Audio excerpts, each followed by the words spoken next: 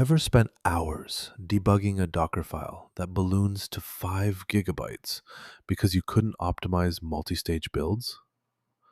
DevOps engineers, SREs, and cloud architects waste 20 plus hours monthly on brittle container workflows, unpatched security flaws in Alpine images, and compose files that break under load.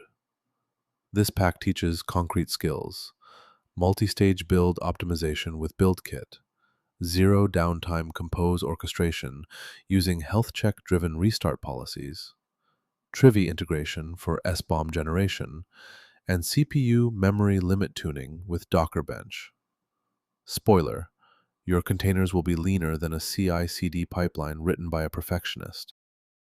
Here's what's inside the Docker Mastery Pack: multi-stage build optimization with cache mount patterns, compose orchestration using overlay networks and secret management, security scanning with Claire and Trivy in CI/CD gates, performance optimization through cgroup constraints and swap limits, CI/CD automation with GitHub Actions and Canico.